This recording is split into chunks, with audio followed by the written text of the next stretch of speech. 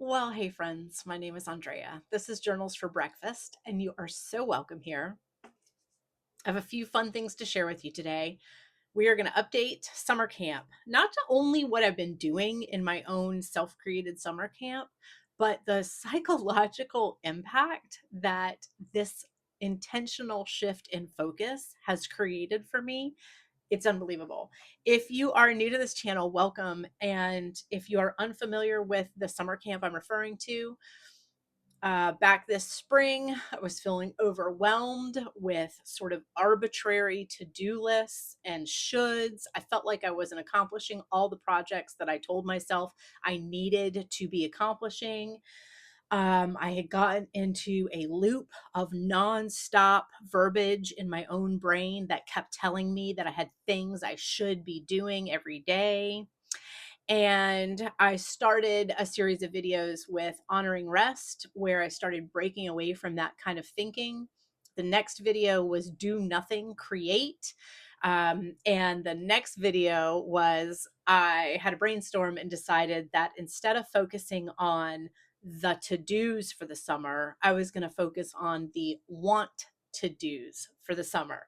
So all of my crafts, this room full of supplies, these projects that are so appealing to me that I purchase items to do them. I mean, I'm spending my money. They're that, intriguing to me and that valuable to me. And yet there they sit while I'm on my hands and knees scrubbing grout in the kitchen and thinking about other things that need to be done. And it was just time to focus on the wants.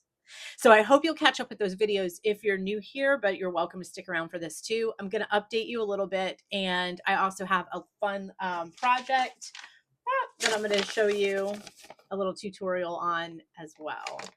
So I hope you're having a great summer. I'm drinking an ice cold ginger ale. I don't normally drink soda, I drink water, but I felt like I needed the sugar today too. It is so hot here. Summer camp is a success. That's the first part of the update. Let me tell you a little bit about what's been happening. And I'm glancing at my computer because I kept some notes. I didn't want to get sidetracked here. Um, I can feel a psychological shift happening in my own brain. I can feel it happening. And what's going on from a brain shift standpoint is that the recalibration from should to allowing time for creativity, rest, reading has been very quick to take place. I wasn't sure if it would take place at all. I think that's why I'm surprised by the speed of it, because part of me felt like my habitual to doing and arbitrary shoulding would never really go away. That's what I think I really believed coming into this. And not only has it gone away, but other things are in its place. I'm just amazed by it. So what was happening for me in the world of to-dos? Look, here's first thing I want to say about to-dos is they are a super valuable tool and I still need them. If I don't jot down dry cleaner half and half and put it on a sticky note in my back pocket, we're going to be in trouble when it comes coffee time tomorrow morning. Um, To-do lists have a place in our lives, and it is my personal belief that the human brain, I don't care if you land on the odd HD spectrum like I do or not, neurodivergence or not, I don't think is relevant. I think that the human brain craves sort of a designation of time, a layout of things that need to be done. We love a calendar. We like to see sort of what's coming ahead. And I think that I'm not wrong about that, because the planner industry is a multi-billion-dollar industry. So obviously everyone likes to see their month laid out in front of them or have daily notes about what needs to be done. So I think they're a really useful tool. And in the world of professional catering and running a cooking school like I did for a couple of decades, to-do lists are the job. That's what we do. I mean, to run a catering company, all you're basically doing is sitting down weeks in advance, laying out production, laying out to-do lists. These pie crusts can be made and then they need to be shaped and frozen. Then we need to get these fillings made and they can be stored for 24 hours prior to the event when we do the actual filling. It's all about laying out timelines and to-dos. So it's a very valuable tool, and in some cases, it's an absolute necessity. What was happening with me is that come retirement of last summer, I found myself unable to stop the needle on that record. It was just playing and playing and playing in my head. Now the to-do lists are all these projects at home that I told myself I wasn't doing because I was working. Now that I'm not working, I should be able to paint the shingles, right? Like, big projects. And so those were swimming around in the shoulds. To-do lists were constant. Like, now I can be the ultimate housekeeper and watch me mop my floors 7 times a week or whatever. I just was creating this just massive housekeeping and chores to-dos. And I could feel the weight of it by I would say like March of last year, this year, excuse me, I started to feel the weight of it. What is happening? It was starting to turn into rumination. You know what I mean? Like, repeating something in your mind until you've kind of chewed on it and digested it and understood the situation, that's one thing. But negative stuff that keeps coming, that's rumination. And I was feeling like these to-do lists and shoulds were becoming rumination in my mind. So I decided to do what is a great tool, which is break that record, snap, and try to replace it with a different playlist, get some new tunes in there. And so I do have to-do lists and a calendar and a schedule for the summer, but it's all based on crafting and arts and the stuff in this room that I've accumulated because it sings to my heart, and making that the focus. Let me tell you guys, now I wake up and I'm like, oh yeah, Tuesday. Oh, you know what we're doing? This is paper jam week. Oh, that's right. We're going to be working on collage today. Like, my mind just sails right to it. It is in, it loves it. I don't feel any guilt when I'm toiling away on my paper stuff for days and days in a row that there are cross stitch patterns sticking in a basket back here, not being attended, because I've got a calendar and a plan, and my brain is relaxed knowing that cross stitch week is coming. You've laid out time to put your fingers on that. It's not being ignored. It wasn't a worthless purchase. You're not lazy, Andrea. You have time to do that. We've just scheduled it for a few weeks from now. Oh, the freeing feeling of being able to create without also the weight of the other projects, the whips, the works in progress are staring back at you. It's a wonderful system. I'm thrilled I've created it. So that's kind of that standpoint. And the other thing that I wanted to mention is, let's see, side effects. The deepest, best sleep I've had in a long, long time, maybe ever. And I want to preface that by telling you I am a good sleeper. I mean, like, I jokingly tell my girlfriends, sleep is my superpower. I have really set nighttime rituals. The big lights, any major lamps or anything start dimming down around 7 o'clock in our house. We come down to very, very low lighting. It's already pretty low anyway. I don't do overheads. Lights start coming off that you're just not going to need for that last hour and a half that we're up. By 8:30, 8:45, I head to bed and I read for an hour to an hour and 15 minutes. So I don't go to sleep at 8:30. I go to sleep at 10, but I read myself to sleep. I don't scroll myself to sleep. There's no phones allowed in our bedroom.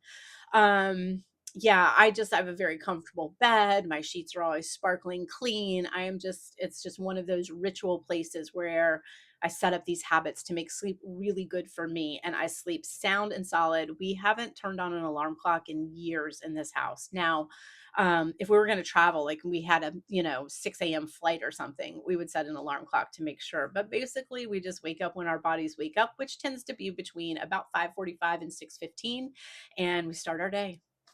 But my sleep since the camp is even deeper. So somewhere in there, those to-dos, those you didn't get that done today, should you try to do this tomorrow, they were eating up space in there, and they were doing that play right through the night. That has stopped entirely. The other side effect is I have so many great projects. I have a knitting bag that I made. My current knitting project is in here. I'm working on a little scarf for this fall. I have these gorgeous papers. My collage work is just going nuts. I have lots of time for so much journaling, and also my sewing got really better. I took another class this week and we're working on what is probably my final garment for a while. But you know what? It's looking really good. I'm improving. So, side effects are that projects are also getting completed, and that feels great. If you're a crafter, you know that sensation, those unfinished, those things that are lying around. And you'll always wonder, like, should I be cleaning that out? Do I need those wax melts? Maybe it's time to give it up. I'm finding time for them and space for them, and it's just really freeing, and it feels so good. So that is the main thing. The next thing that I'll mention is, side note, guess what? My house is not falling apart. My floors were mopped and vacuumed every 5 days, like they need to be here because we're messy people, and that is, it's happening. I don't really need to-do list that. I can look at the floors and go, oh, we're time to do these. um Laundry's getting done. I mean, we need clothes to wear. I don't really need to tell myself to do that. Yeah, I think it's okay. So here's one of the things I figured out is so much of my chores and housekeeping are kind of ritualistic anyway. When the fridge is full, we empty it out, we clean stuff out, wipe stuff down. We do our fridge every Tuesday because trash pickup is Wednesday morning. It's just part of our lifestyle. Like, I think I know some ways too. I used to write that down because it made me feel productive, like writing down tasks that I already knew I was going to do and then check them all off at the end of the day. I get it. It does feel good. It scratches kind of an itch there, but I'm not writing it down and it is getting done. So I'm missing out on checking them off at the end of the day. But the fact is, the house is not falling down around me. We're not wearing dirty clothes. All the chores are happening anyway. And it's also allowed me to just recognize that one of the reasons I had to let go of the shoulds for the summer is because it's summer. You can't work on your unair conditioned garage in Florida in July and August. You just cannot do it. It's far too hot out there. It's not safe. Yard work is over. That's over now. When we missed the window for nice gardening, that's done until the end of October where we live. The heat index here yesterday was 109. There were national news stories going on about the heat in the town where I live yesterday. So let those go. Stay inside where it's nice and cool and do some other things. When the weather breaks, you know what's going to happen? I'll get spring fever in late October when the weather cools off, and suddenly I'll want to rip the garage apart and completely redo it, and I will. Um, a couple of things I've been working on, this fun Scripty paper that I did a post about. I have a tutorial for you today on that. So we'll go to an overhead and I'll show you how I got here. I was shared a video with my friend, my friend Dag shared a video with me about doing this. So I had to be careful how I said that because my friend Dag also has a great YouTube channel. It's called PaperDag. I'm going to link her two of her videos below. If you are at all interested in fountain pen collecting, if you think you're going to add another fountain pen, if you're thinking about where your collection might go, PaperDag is who you want to watch. Her fountain pen collection is legendary. It's incredible. So she shares currently inked and lots about pens there, but she also shares about journals, journaling, collage, and she has a yarn dyeing company and sells yarns. And so she has a whole knit set up too. If you're interested in that, I think I found Dag through knitting first. But Dag shared with me a maker out of Germany who had this video, how to do this. So that video is in German. I'm going to link it anyway. And because it's so visual, obviously I figured out how to do it without speaking German. But yeah, we want to give credit to where this came from. That maker is also a knitter. And I would say 90% of her videos are knitting related. So if you're interested in those and happen to speak German, it's a wonderful knit podcast. But you will find some cool collage painting sort of stuff in her paper section. And again, it's so visual. I don't think it matters that you can't speak the language. What else did I want to tell you about today? Let's get to some tutorials with this, and then I will come back to a face-to-face at the end of the tutorial. I have a couple quotes I want to read you. We've got a prompt for the week, and then I've got a little teaser about something else that's coming up soon. So let's make some cool paper. So this photo might look familiar. I did an Instagram post and a YouTube post with this picture. This was the day after my friend Dak had sent me the video that sparked all of this. The video itself is in German, so I cannot tell you the name of this technique, but the gist of it, and here's an image of that YouTube page so you'll know who she is. The gist of it is that you're going to write gobbledygook in big script on paper and use it in collage. She actually has a German word that means nonsense writing, but because I don't speak German, everything she put down was nonsense writing to me anyway. But the first thing that I want to do is actually age out my paper a little bit, stain it. Some of you guys might tea stain your paper, something like that. But yeah, when we get to go writing, you'll see it's really not about writing out big specific words or language. It's gobbledygook, it's nonsense. And so is this kind of aging process. I'm just flopping real coffee, that's coffee from my coffee pot that morning, all over this paper. And you can see it's going on a little translucent. Don't fret that, because as it dries, it will absolutely take on this very pretty caramel coffee color. The brush I'm using is just a junky, cheap craft brush. I would not put my beautiful watercolor brushes in coffee, just FYI. And I use this technique in my journals too. I'll just splatter a little coffee on a journal page and let it dry. And I'm getting ready to show you what I do, how I make rings so it looks like a coffee cup, like overspilled and sat on the paper or something like that. And yeah, I'll show you how I do that. But this paper is going to take time to dry. So what I did was get this all set up and then went nuts with all this coffee stuff. And then I'm going to throw some paint at it too before I headed out for the gym. And then that way I was gone for a couple hours. And by the time I came back, it was totally dry. The paper I'm using is just basic ruled paper out of a journal that I'm using for another project that I'm going to share with you guys. But I had to yank pages out to create some space because some of the things I'm putting into that journal have a lot of size to them. They're sort of thick. So those pages I pulled out, I just saved. But I've done this technique on copy paper, cheap copy paper. I've done it on cardstock. The cardstock wanted to repel the water a little bit. So I got out some sanding paper and just sanded the paper with some really fine sanding paper to get paint and stuff to stick to it. So there's a little tip there. And then here I go with a big fat watercolor brush loaded with just some dark paint. I actually think it's technically Payne's Gray, and splattered that all over and then headed out the door. FYI, I was also splattered all over, which was pointed out to me when I got to the gym. So, and then once these dried up, I rolled them into my typewriter. This is the vintage typewriter I told you guys about. I bought this last month and it is a 1950. It might be a 50 something, but it's in the 50s. And once the paper was nice and dry, I rolled it in, got some typing done before I decided to add all my paint script and marker script, etc., because I just didn't really want to roll that stuff through my typewriter. Does that make sense? So yeah, just got hammering out there.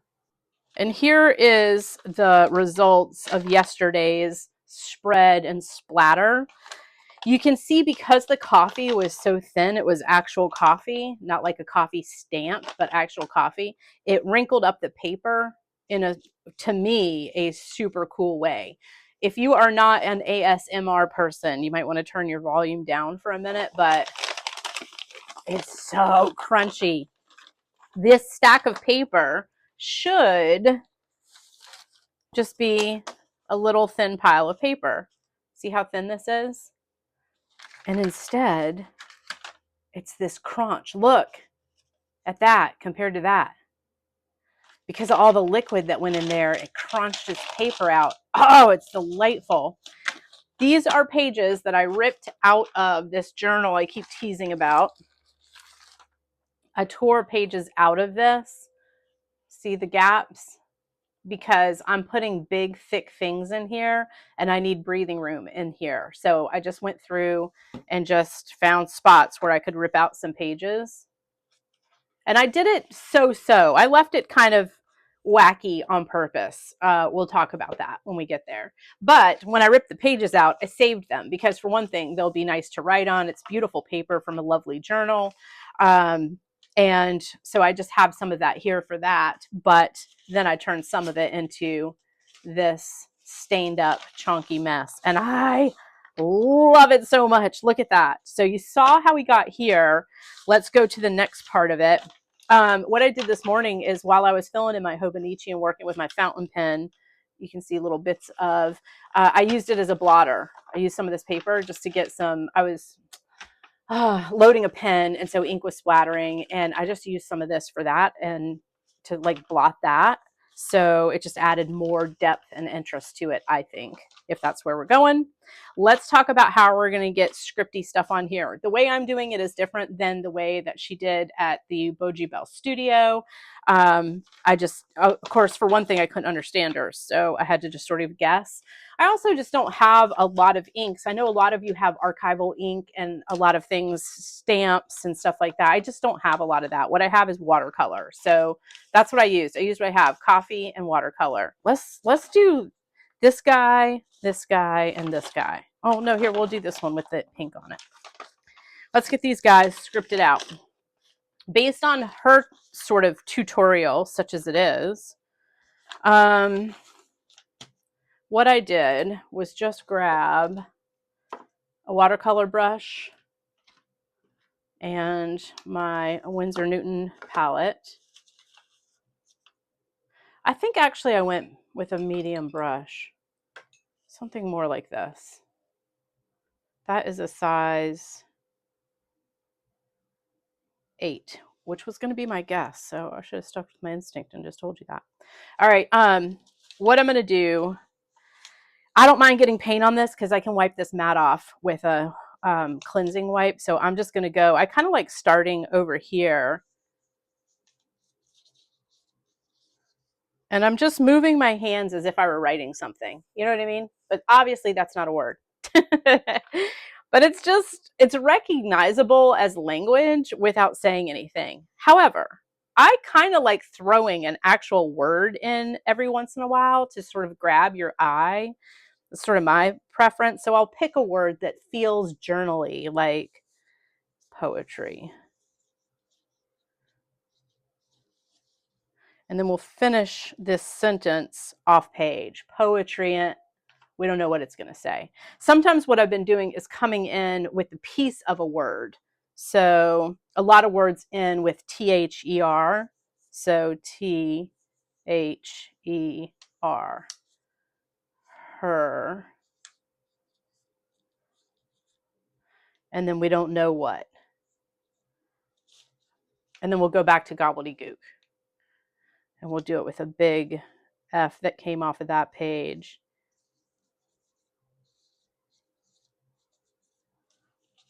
Okay. Isn't that cool? I mean, it's already fun. So you get the gist there. Now, she uses brush pens, I believe, for most of hers. And I happen to have a little zip bag full of nothing but brush pens. I don't know. I'm so on brush pens. How do you feel about them? I have, sometimes they do really well, sometimes they don't. But we can do the same concept here, which is nothing, you know.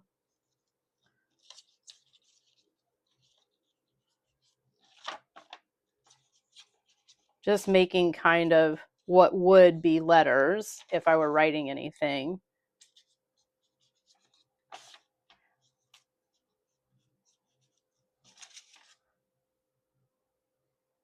Right? So that's not bad. This was a pretty fine brush pen. Zebra. I have one that is really like a paintbrush. We can see how he does.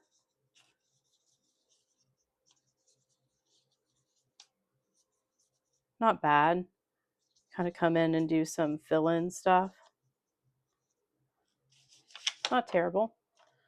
So brush pens are an option if you don't have watercolor. I kind of like the way watercolor is sort of light and dark, the way watercolor is. But I love watercolor. Maybe that's not your thing. Let's try. What is this one? I think this one is a different color. No, it's black. This is really brushy.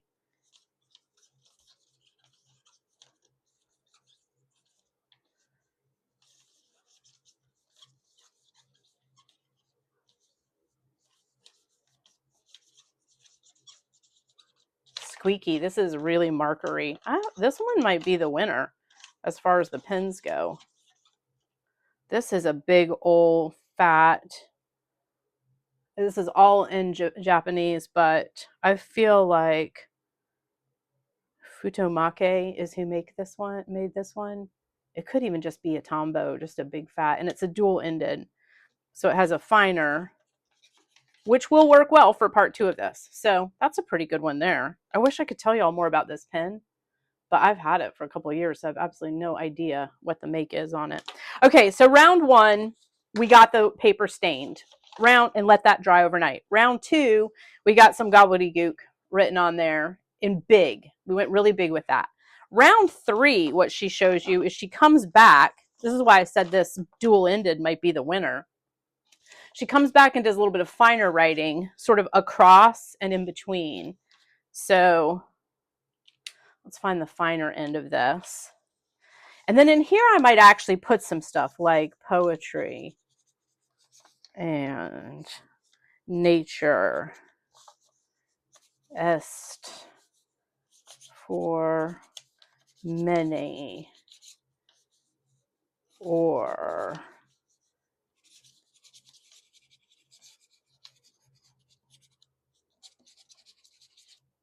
so some actual little words in there, but see how it's starting to build up a little bit. It's cool, isn't it?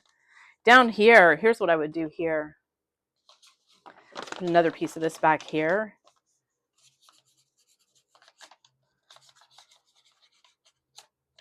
And so now we got some off the edge, and I didn't write all over my mat. So that's sort of the gist of it. Now, I also like to kind of come back in and do a little secret writing in here.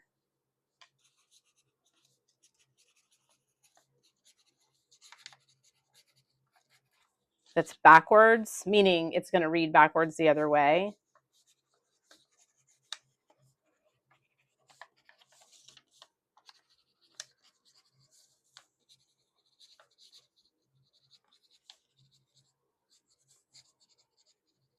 So I've written myself a little secret note in there that's going the other way. Really fun. Now, you can age this up a bit more. Oh, you can age this up a bit more. Certainly stamps are a cool way to go. I have been having a lot of fun with my stamps lately. I found this cool pack online a long time ago. And it's got like a little ring stain, splatter stamp, and it's got this kind of jubbly-juke language itself. Like I can't really read it. Maybe it says something, but my eyes are too bad to know what it says. But I've had a good time putting a few little stamp items across here too, just to throw some rando words in that don't really, your eye doesn't need to know what it says. It just gets the idea that there's some more language harnessed in there. So I'm really liking a little stamp work in there.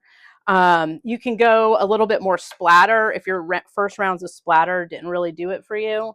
Get a bunch of paint on your brush and then anchor it with something. I like to use this ruler and then bang, bang. Get these big splats, these ink splats where somebody left their pen too long, something like that. I really love how that comes out. Oh, I love it. I love it. Okay. A stamp of something that actually, like this is that wheat with a circle. What I've been doing with this is just kind of going off the edge of the page with it. So throw some ink down. I'm going to give a good press because I need to re-ink that pad. It's a little dry. And then come across kind of part way on it and just catch a little bit of that ring. So it's not quite so obvious. And then a little bit of it landed on that page. That's so fun. So the next thing is, so just have some fun with that. And then the next thing is that I decided to do some typewritten in between. I just wanted to see what that looked like. So I aged up this paper, threw some light kind of cursive gobbledygook, and then threw a typewriter in it. And I like how that looks. Here's one I've done on this paper that will age out a little. So yeah, just come through with typewriter. Now I would like a little bit more script over this. Oh, FYI.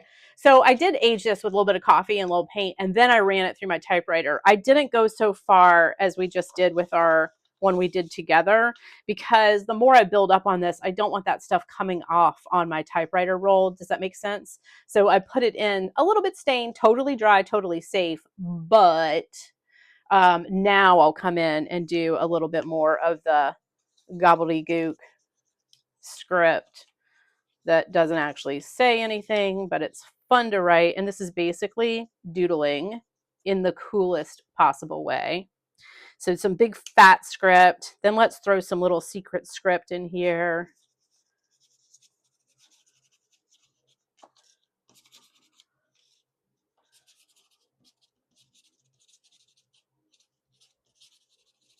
I'm not worrying about trying to spell anything, say anything, but I'll throw a word like poetry or magic or something like that, nature,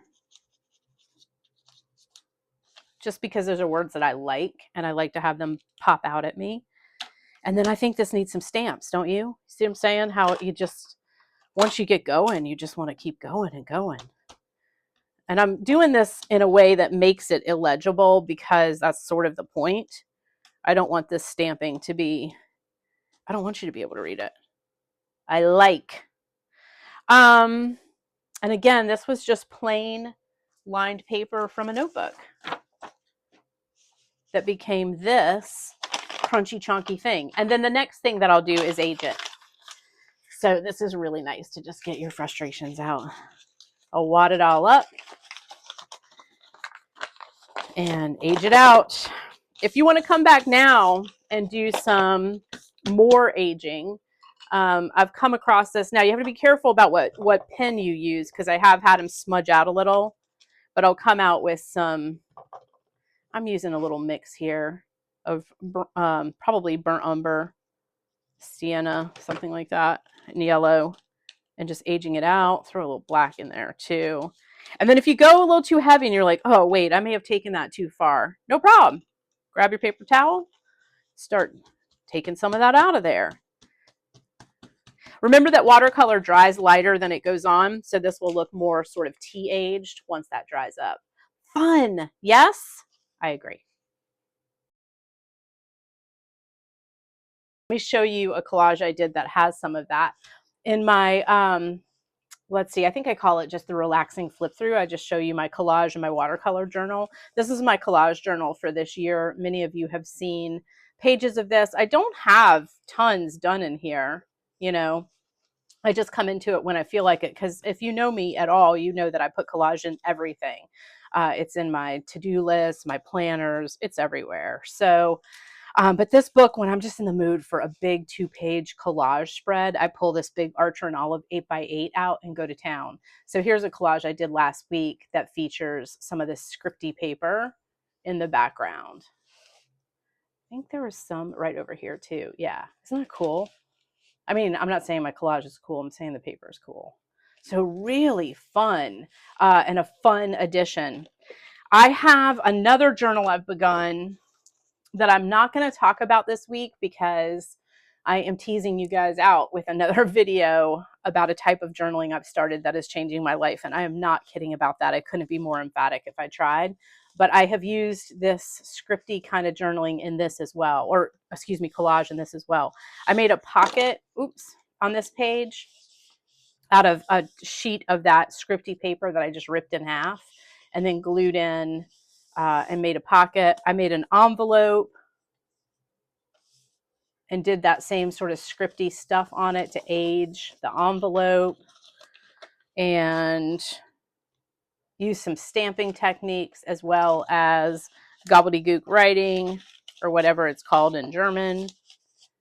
And another little envelope here with that same sort of scripty stuff. I actually used a manila envelope here that was an actual envelope, and then I just glued a piece of my scripty paper on it, collage style.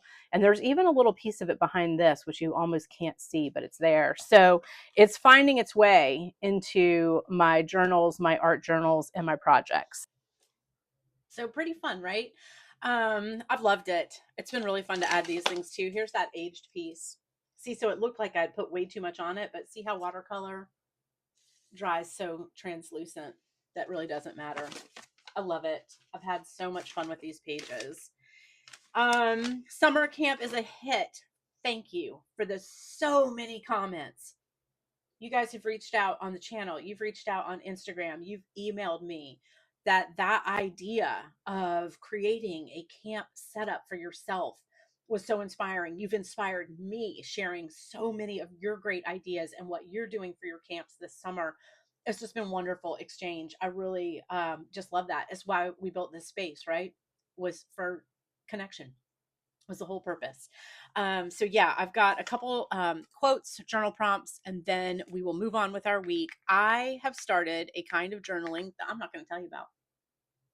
I'm going to tell you about it down the road. But it's changed my life. I can tell you that. And I am so excited about it. And it is so much fun. I'm going to do another video. So I am going to tell you about it, but not in this video. I'm going to do another video. I'm actually going to create a platform on this channel for this type of journaling. I hope you guys will join me for this journey. It's changing my life. I want to say very quickly that one of the quotes that was shared with me by my dear friend Paula in the beginning of my breaking away from so many arbitrary to-dos and just trying to find some time to honor rest in my life. She sent me a quote which was, "Trust the process, tend to what you can." And that's from Tara Brach. I've written that in a lot of things. Trust the process and tend to what you can. My house is not falling down around me because I don't have 17 pages of to-do lists for chores this week. It's doing just fine. I need to dust the dresser today. I will get that done.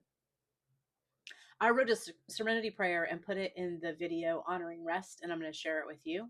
This serenity prayer is it's about honoring rest. That's the focus of it. And it is, God, grant me a quiet mind that honors rest and the faith that what needs to be done will be done in its own time. And God can be whatever you need God to be in that. It can be universe, it can be spirit, whatever works for you. But grant me a quiet mind that honors rest and the faith to know that what needs to be done will be done in its own time. I grabbed this from Thrift Books. It is Meditations by Marcus Aurelius. And that is because more than once in the last few months, I've seen a quote that came out of this and was like, what? Really?